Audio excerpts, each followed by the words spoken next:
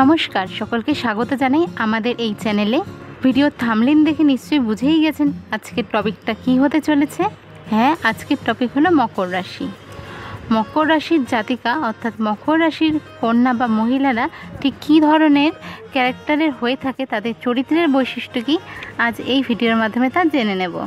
আর অবশ্যই যারা এই ভিডিওটি দেখছেন তারা কমেন্ট করে জানাবেন যে তাদের পরিচিত যারা রয়েছেন, মাতৃ পর্যায়ে যারা রয়েছেন, মায়ের মতন বা বোন বা পছন্দের মানুষ, বন্ধু বান্ধবী মকর রাশির জাতিকা, তাদের সাথে ঠিক কতটা মিলে যাচ্ছে।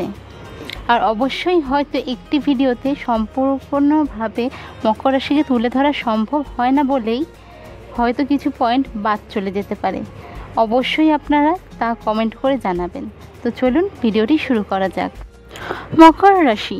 মকর রাশি হলো রাশিচক্রের দশম রাশি। এই রাশির অধিপতি হলো শনি মহারাজ। তার জন্যই এরা ভীষণ সৎ হয়ে থাকে।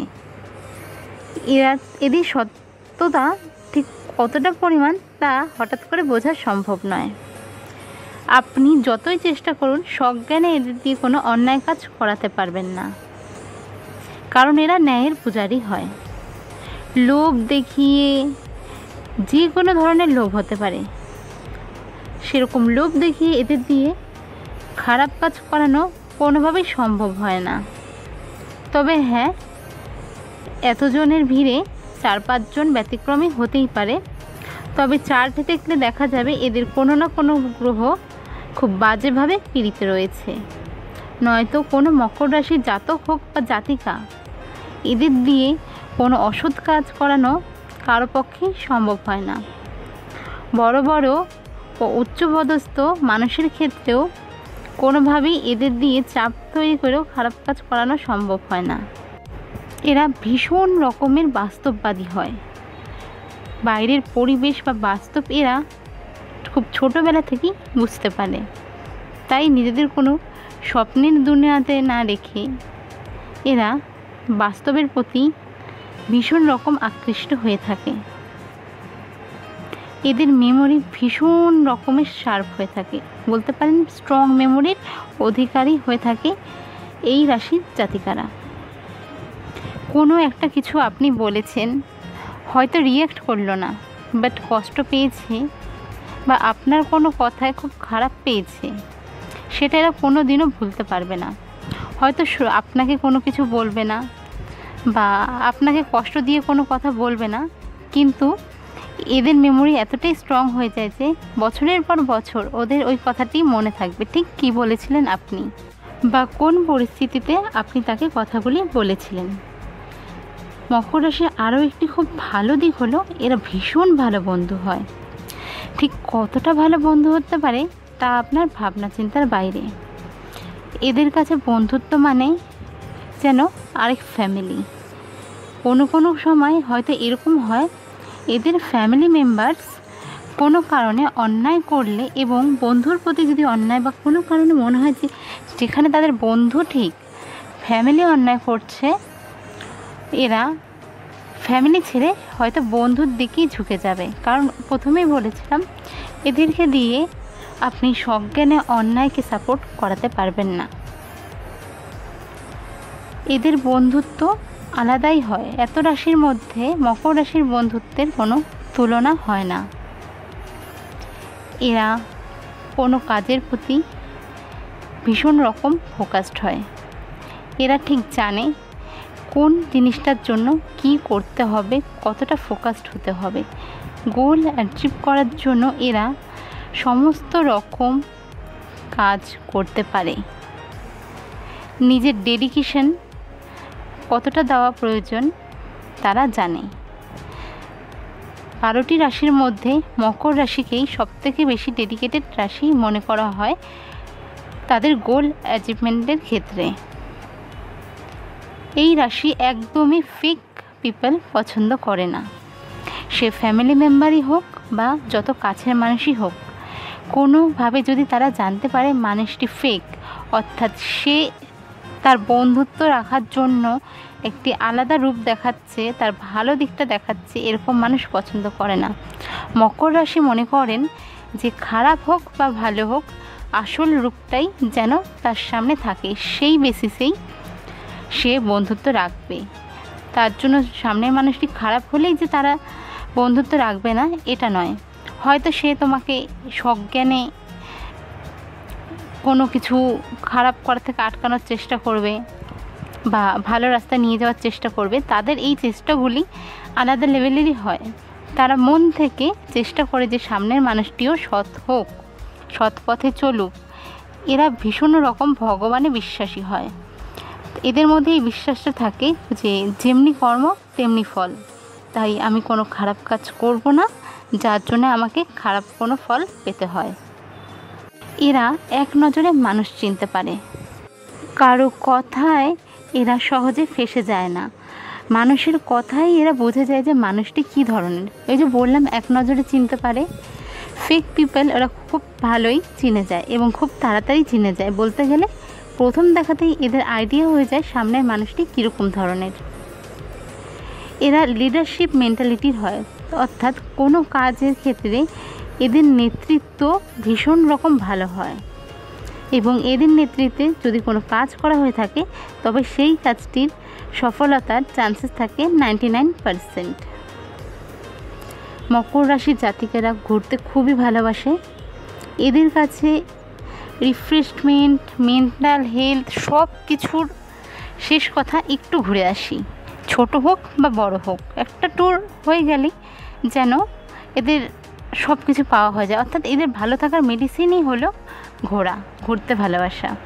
তার জন্য যে প্রচুর টাকা খরচা করে অনেক বাইরে যেতে লাগবে, লাক্সারি জিনিস লাগবে তা নয়। বললাম না এরা বাস্তববাদী হয়।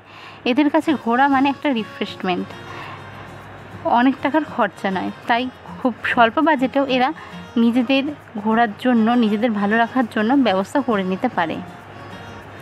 এরা সং লাভার হয়, তবে এদের সংগুলি যেগুলি আপনার প্লেলিস্ট কখনো দেখেন বুঝতে পারবেন যে এরা সফট সং, স্যাড সং একটু বেশিই পছন্দ করে। বা এদের একটা ব্যাপার আছে, ধরুন কোনো পরিস্থিতিতে যাচ্ছে যেটা একটু চাপের, তো এরা এই পরিস্থিতির সাথে মানানসই কোনো গান পছন্দ করে নেবে এবং সেটাকে রিপিটেডলি শুনতে থাকবে, যেন তার মধ্যেই সে ঢুকে গেছে। এদের প্রত্যেকটি গান যদি আপনারা দেখেন বুঝতে পারবেন যে প্রত্যেকটি গানের একটা করে ভীষণ ডিপ মিনিং রয়েছে।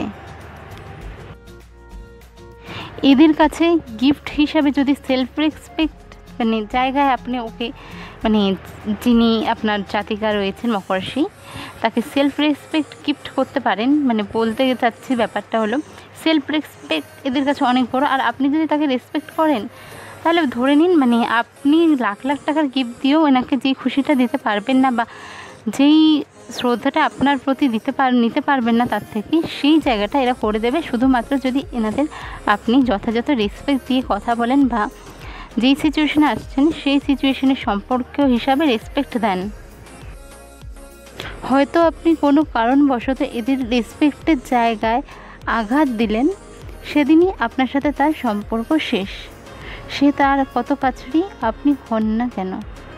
হ্যাঁ, হয়তো মা বাবার সঙ্গে এই জিনিসটা সম্পর্ক না হলেও ভাই বোনদের প্রতিও তার যে চিন্তা ভাবনা আলাদা ধরনের হতে থাকে, যে এ তো আমার কাছের, এ বুঝলো না, এ আমার এই জায়গাটা কষ্ট দিল, এ আমাকে রেসপেক্ট দিল না, আমি তো কিছু চাইনি তার থেকে, আমি তো কিছুই চাইনি, শুধু কথাটা আমাকে রেসপেক্ট দিয়ে বলতো। রেসপেক্ট মানে যে বড় বলে রেসপেক্ট সেটা না, ছোট মানুষ হিসেবেও তার সবার একটা নিজস্ব রেসপেক্ট থাকে। আর এরা মনে করে সেই জায়গাটা যোগ্য তারা। আর হয়তোবা তাদের ধারণা ঠিকই, কারণ প্রত্যেকটা মানুষেরই সেলফ রেসপেক্ট থাকাটা খুবই দরকার। মকর রাশির জাতিকাদের খুশি এটা একটা আলাদাই ব্যাপার। মকর রাশির জাতিকেরা ছোটোখাটো বিষয়েই খুব খুশি হয়ে থাকে। এই ধরুন তার কোনো চকলেট পছন্দ, যার দাম হয়তো মাত্র ধরে নেওয়া যায় 5 টাকা থেকে 10 টাকা। আপনি হঠাৎ করে তাদের সামনে সেই চকলেটটি তুলে ধরলেন, বলতে পারেন সারপ্রাইজ হিসাবেই। এদের চোখে মুখে দেখলেই বুঝতে পারবেন যে এরা কতটা খুশি হয়। ধরুন তাদের পছন্দের কিছু একটা গিফট তারা পেল, তার দাম এদের কাছে কোনো দিনও ম্যাটার করে না। বলেছি না, এরা বাস্তববাদী হয়। এরা বুঝতে পারে যে টাকার মূল্য কতটা, সামনের মানুষটার ক্যাপাসিটি কতটা, বা এই সময় কতটা খরচ করা উচিত, এগুলো মাথায় থাকার পর মানে এরা 5 টাকা থেকে 10 টাকার জিনিসেই এতটা খুশি হতে পারে যা ভাবনা চিন্তার বাইরে, এবং এদের চোখে মুখে তা ফুটে ওঠে। ধরুন বাচ্চাদের ক্ষেত্রেই দেখা যায় যে ধরুন কোনো মকর রাশির বাচ্চা কিছু একটা দিয়েছেন, চকলেট বা ধরুন জামা, এরা একদম বলে উঠবে এই জামাটা খুব সুন্দর, আমার খুব পছন্দ হয়েছে, আমি এটাই পরবো। বাচ্চাদের মধ্যে যা থাকে। এদের মধ্যে আরেকটা জিনিস আছে, যেমন এদের খুশিটা ফুটে ওঠে মুখে, তেমন অপছন্দটাও ফুটে ওঠে। বাচ্চাদের ক্ষেত্রে ধরেই নিতে পারেন যে বলে উঠলো এই জিনিসটা ভালো না, আমি খাবো না, এটা আমি পরবো না।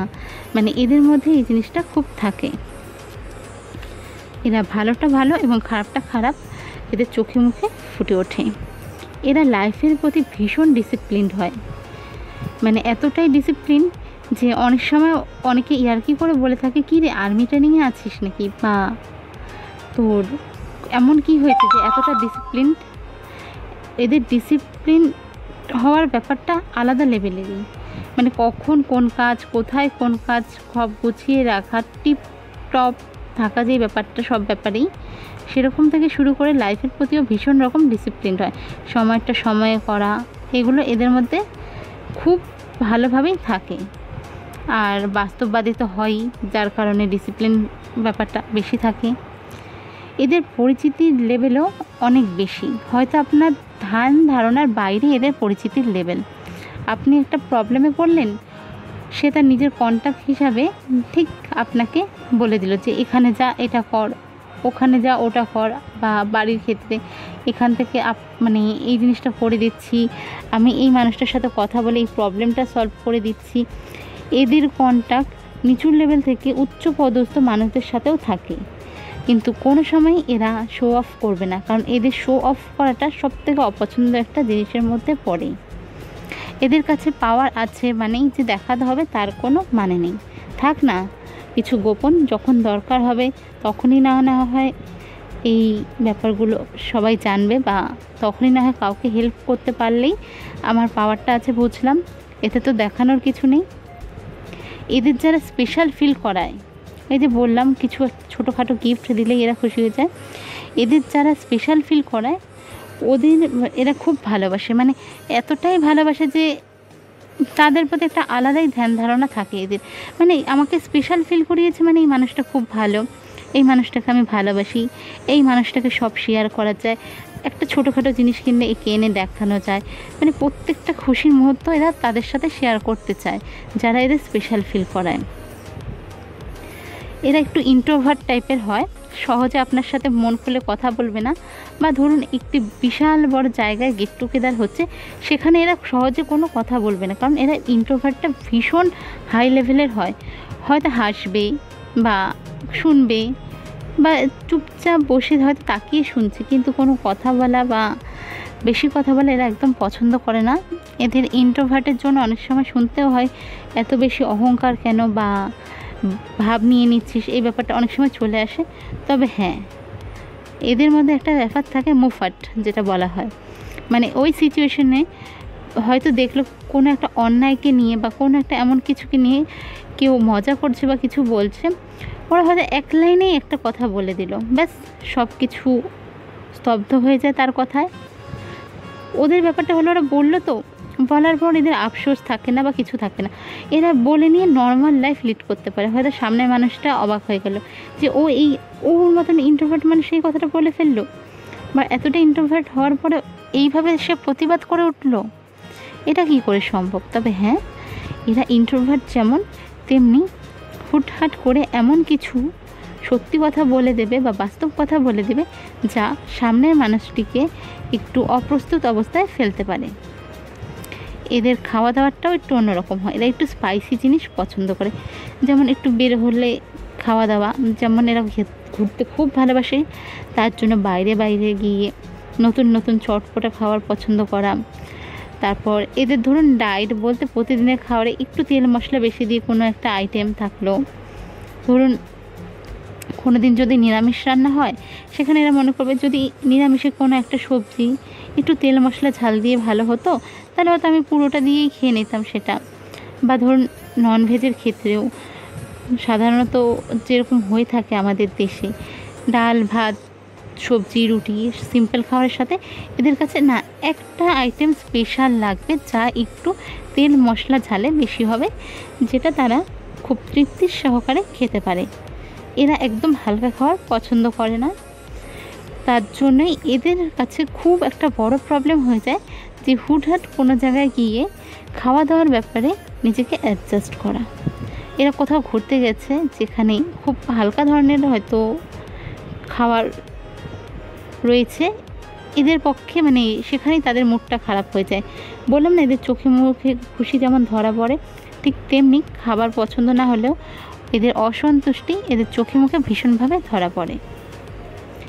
এদের আরেকটি ব্যাপার হলো এরা ভীষণ খাটতে পারে, মানে কোনো একটি জিনিস তারা অ্যাচিভ করতে চাচ্ছে তার জন্য মেন্টাল ফিজিক্যাল যতটা খাটতে হবে, পারিবারিক অনুষ্ঠানে নিজেকে যতটা সম্ভব খাটাতে পারে এরা।